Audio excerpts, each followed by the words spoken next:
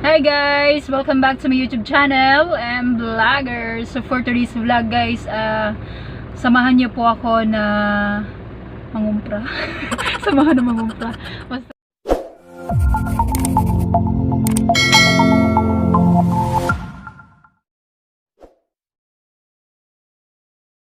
So karon noon, nabisi pa ang driver si Kaya Yor nga kuan. Nagikot siya sa tent sa likod kay para secure ang mga gipalit para dili mabasa. So, nata karon sa Tagum City. So, medyo mingaw siya. Mingaw. Ano naman siya mingaw pero kanang mga sakyanan lang ang kuan bahis-bahis diri sa Tagum. So gikan mi nagload og mga sinako sa durian market.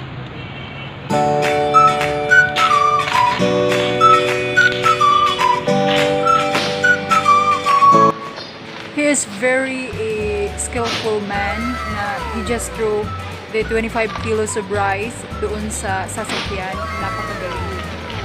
So kanina guys, wala talaga akong balak mag-vlog kasi baka hindi pwede kasi ito, warehouse po ito. So syempre, unauthorized ako kung mag-vlog or mag-video ko.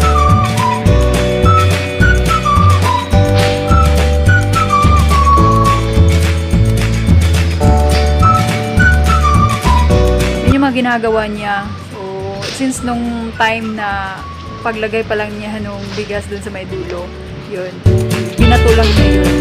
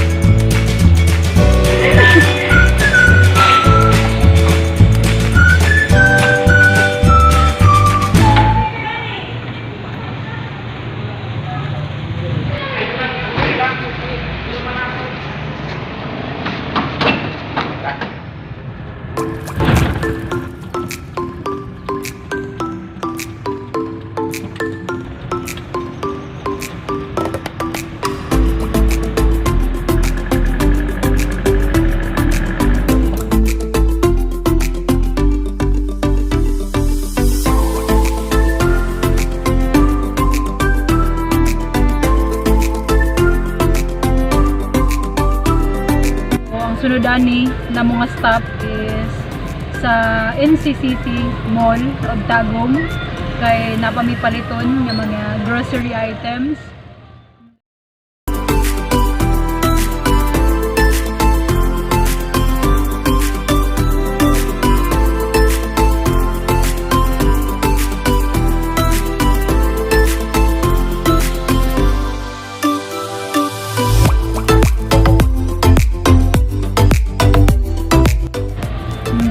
Next ani, manguli ni. Manguli mi lagi ko. So, ipakita na ko sa inyo ha ang kaninga street lang no, diri atong busy ba ang tag.